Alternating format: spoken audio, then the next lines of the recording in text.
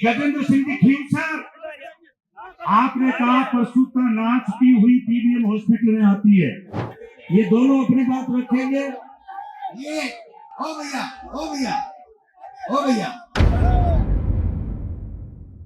और मोदी जी और अमित शाह, तो जिस तरह का आपने बॉर्डर के ऊपर सीमांत एरिया में हमारे तहसील पूगल में मस्जिद तोड़ने का पाप किया है, मैं चेतावनी दे रहा हूं कि हम लोग आम जनता को लेकर और उनका साथ करते हैं हमेशा। प्रकाशरा साहब, आदरणीय जूली साहब, सम्मानित मंच,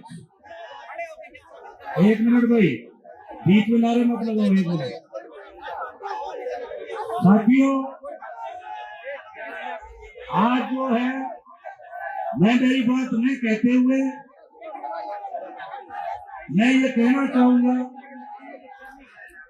मैं ज्यादा बोलना नहीं चाहता डॉक्टर साहब, मैं चाहता हूं कि आज जूली साहब और डॉक्टर जी ये दोनों अपनी बात रखेंगे।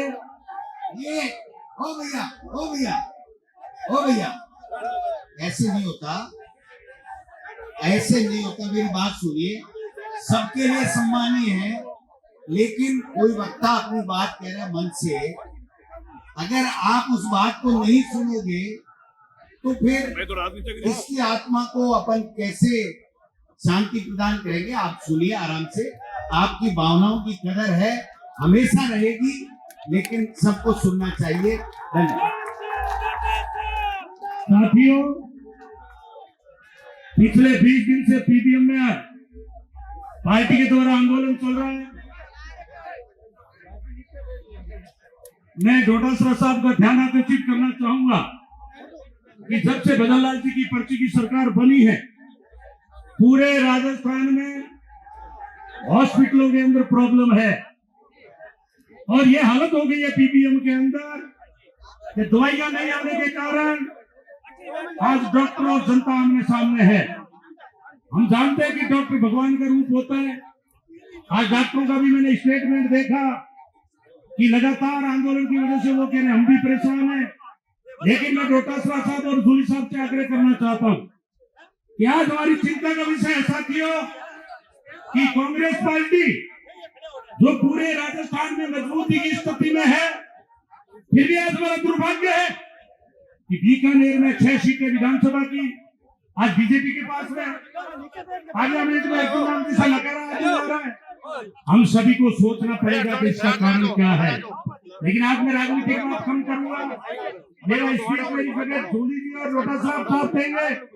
मैं 2 बात का ध्यान दिलाना चाहता हूँ कि गजेंद्र सिंह जी खीर सर, आपने कहा प्रसूता नाच की हुई पीबीएम हॉस्पिटल में आती है। गजेंद्र सिंह जी, अगर आप में शर्म बची है तो आपको तुरंत स्वास्थ्य मंत्री से इस्तीफा देना चाहिए। दूसरी मेरी मांग है कि हॉस्पिटल में दवाइयों का अभाव है। डोटासरा साहब, हमारी पार्टी ने जो 14 मांग रखी है, आज तक 20 दिन के बाद भी एक भी मांग पूरी नहीं की है। इसलिए मैं ऐलान कर रहा हूं कि या तो भजनलाल जी अपना सुधार करें और मोदी जी और अमित शाह, तो जिस तरह का आपने बॉर्डर के ऊपर सीमांत एरिया में हमारे तहसील पूगल में मस्जिद तोड़ने का पाप किया है, मैं चेतावनी दे रहा हूं कि हम लोग आम जनता को लेकर हमारे पार्टी के नेताओं के आशीर्वाद से ईंट बजा देंगे। भजनलाल जी आपके घुटने टिका देंगे, मजबूर कर देंगे आपको कि आप पुणे मस्जिदें बनाओ। आपकी हिम्मत कैसे हुई मस्जिदें तोड़ने की? आपकी हिम्मत कैसे हुई आपस में लड़ाने की? और मैं आपसे कहना चाहता हूं साथियों, पहलवान जो आपको पता है गांव के अंदर शहीद हो गए लोग, पुलवामा में मार दिया।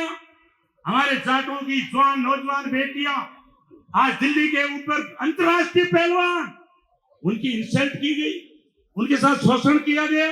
मैं राहुल गांधी जी को धन्यवाद देना चाहता हूं। उन बेटियों में से विनेश फोगाट को हरियाणा में लाकर के विधायक बनाने का काम किया। ताली बजा के स्वागत करो आप उनका। इसलिए कांग्रेस के पार्टी के नेता राहुल गांधी, प्रदेश में गोविंद सिंह डोटासरा सहित हमारे तमाम नेताओं ने भारतीय जनता पार्टी को जब तक हम प्रदेश से उखाड़ के नहीं फेंक देंगे। हम ईंट से ईंट बजाएंगे, सांप्रदायिक ताकतों को नेस्तनाबूद करेंगे। और मैं कहना चाहता हूं साथियों, फिर सुन लीजिए, हमारे नेता सभी एक हैं, हम सब एक हैं। और अगर कोई भी आपस में छोटी बातों को लेकर के हम लोग लड़ेंगे तो ये जो मोदी और अमित शाह पूरे देश को लूटने में लगे हुए हैं, आप विचार कर लीजिए कि इस देश का असली दुश्मन कौन है। आज ट्रंप के आगे नाच रहा है मोदी। आज आपको पता है एप्स्टीन फाइल, आज इनके सारे के सारे ये मुल्जिम है मोदी के समेत। आपका अमित शाह सेंटर में हमारे बॉर्डर पे आगे धमकी दे गया 50 किलोमीटर तक की शहीदें कर दो मस्जिदें। इसलिए मैं चाहूंगा डोटासरा साहब, भीड़ ज्यादा है, समय कम है, कल भी हमें धरना दे रहे हैं मस्जिदों को लेकर, सामाजिक संगठन दे रहे हैं। मैं आपसे आग्रह करता हूं कि आप दोनों इस बात को पूरे प्रदेश में उठाए कि स्वास्थ्य संबंधी समस्या दूर करे, तेल की समस्या दूर करे, गैस की समस्या दूर करें।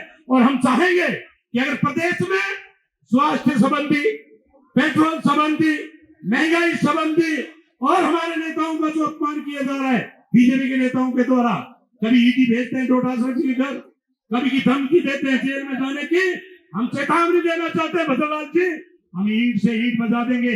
हम चुप बैठने वाले नहीं है। आज भी हम कचहरी भर रहे हैं और कल भी इन नेताओं के आशीर्वाद से सामाजिक संगठन लेकर मस्जिद के विरुद्ध जो मस्जिद तोड़ी है उसको पुनर्निर्माण को लेकर धरना देंगे। आप सबने बोलने का मौका दिया। जय हिंद।